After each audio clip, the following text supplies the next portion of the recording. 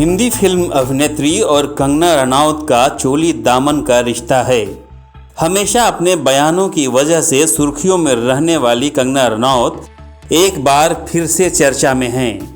लेकिन इस बार कंगना हेडलाइन की सुर्खियों में क्यों हैं, बताएंगे आपको पूरी बात। बने रहिए हमारे साथ। नमस्कार, मैं मनीष राज, मेरे साथ आप सुन रहे हैं समसामयिक चर्चाओं का विशेष पॉडकास्ट सुनो भाई साधो। इस खास कार्यक्रम में आप सभी का स्वागत है। साधो, हमारे तुलसीदास जी ने लिखा है, तुलसी मीठे वचन से सुख उपजे चहुओर, औरों को शीतल करे आपहु शीतल होए। लेकिन कई लोग इतनी अच्छी बात का पालन नहीं कर पाते। हिंदी फिल्म अभिनेत्री कंगना रनौत वैसे तो भारत में काफ़ी मशहूर हैं और लगातार सुपरहिट फिल्में देकर उन्होंने फिल्म इंडस्ट्री में एक अच्छी इज्जत हासिल की है। अपने अभिनय के दम पर कंगना ने चार राष्ट्रीय पुरस्कार अपनी झोली में डाल रखे हैं। सिनेमा के पर्दे पर कई बार अपनी भूमिकाओं में कंगना ने अपनी बेबाकी और साफगोई से जनता के दिलों में खास जगह बनाई है। लेकिन रियल जिंदगी की बेबाकी और साफगोई अलग बात है, रियल जिंदगी की अलग। रियल जिंदगी की बेबाकी और साफगोई कंगना को सुर्खियों में ला देती है, कई बार विवादों में भी फंसा देती है। मैं आपको बता दूं कि फिल्म इंडस्ट्री में फैले ड्रग के मकड़जाल के बारे में सबसे पहले कंगना रनौत ने मीडिया चैनलों को जानकारी देकर सनसनी फैला दी थी। इसी तरह हिंदी फिल्म उद्योग के बड़े नाम करण जौहर जैसे लोगों पर कंगना ने नेपोटिज्म के खुलेआम आरोप लगाकर खूब सुर्खियां बटोरी थी। कंगना की बातों में इतना दम था कि लोगों को अपने आप को सही साबित करने के लिए सही और वाजिब तर्क ढूंढते नहीं मिले। बहरहाल कंगना ने एक बार फिर विवादों को जन्म दिया है। भारत सरकार से कला के क्षेत्र में विशिष्ट नागरिक सम्मान पद्म पुरस्कार हासिल करने के एक दिन बाद ही कंगना ने बड़ी मुश्किलों से सन 1947 में देश को अंग्रेजों से मिली आज़ादी पर बड़ा बयान दिया है। कंगना ने कहा है कि देश को 1947 में मिली आज़ादी भीख में मिली आज़ादी थी। भारत को तो असल आज़ादी 2014 में मिली, जब केंद्र में भारत की जनता के दिए गए मैंडेट के बाद नरेंद्र मोदी की पूर्ण बहुमत वाली सरकार बनी। कंगना के इसी बयान पर तमाम मीडियाई हलकों के साथ साथ आम जीवन में भी जोरदार बहस का सिलसिला जारी है। आरोप लग रहे हैं कि कंगना प्रचार की भूखी हैं, कुछ न कुछ विवादित बोलकर वो सुर्खियों में बने रहना जानती हैं। जब से कंगना के फिल्मी करियर की शुरुआत हुई, विवादों से कंगना का चोली दामन का रिश्ता रहा है। इस बार के विवाद से भी कंगना को काफ़ी मीडिया स्पेस मिल रहा है।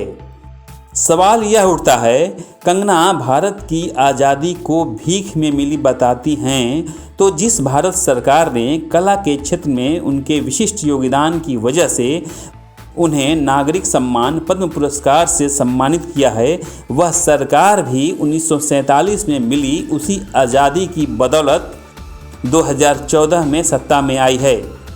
उसी आज़ादी की बदौलत भारत की जनता को लोकतांत्रिक प्रक्रिया के जरिए अपना नेता चुनने की आज़ादी मिली है। फिर देश को मिली उसी आज़ादी ने देश को अपना संविधान बनाने का अधिकार दिया। फिर आज़ाद भारत के संविधान ने देश के नागरिकों को बोलने की आज़ादी दी, अपने विचारों को व्यक्त करने की आज़ादी दी। सवाल यह उठता है कि कंगना भारत की आज़ादी को भीख में मिली बताती हैं, तो जिस भारत सरकार ने कला के क्षेत्र में उनके विशिष्ट योगदान की वजह से उन्हें नागरिक सम्मान पद्म पुरस्कार से सम्मानित किया है, वह सरकार भी 1947 में मिली उसी आज़ादी की बदौलत 2014 में सत्ता में आई है। उसी आज़ादी की बदौलत भारत की जनता को लोकतांत्रिक प्रक्रिया के जरिए अपना नेता चुनने की आज़ादी मिली है। फिर देश को मिली उसी आज़ादी ने देश को अपना संविधान बनाने का अधिकार भी दिया है। फिर आज़ाद भारत के संविधान ने देश के नागरिकों को बोलने की आज़ादी दी, अपने विचारों को व्यक्त करने की आज़ादी दी है। और आज आज़ाद भारत में बने उसी भारत के संविधान से मिले ऐसे अधिकारों की वजह से ही आज़ाद भारत में कंगना रनौत को अभिव्यक्ति की आज़ादी मिली हुई है। हमारा देश भारत पूरे सरकारी अमले के साथ आज़ादी का अमृत महोत्सव मनाने में लगा है और कंगना इसी सरकार से पुरस्कृत होकर कहती हैं आज़ादी भीख में मिली है। कंगना जी, आपको यह समझना होगा कि संविधान ने अभिव्यक्ति की आज़ादी दी तो है, पर उसका दुरुपयोग न हो यह ख्याल आपको रखना है, हर भारतवासी को रखना है। देश को आज़ादी दिलाने में किसका योगदान कितना रहा यह भले ही बहस का विषय हो सकता है, लेकिन देश की आज़ादी पर सवाल उठाना कि यह भीख में मिली है सही नहीं। बोलने की आज़ादी मिली है तो इसका मतलब यह नहीं कि जो जी में आए बोल दिया जाए। साधो, हमारे नीति शतकों में एक सूत्र वाक्य है, अति सर्वत्र वर्जयेत। अति किसी चीज़ की बुरी ही होती है।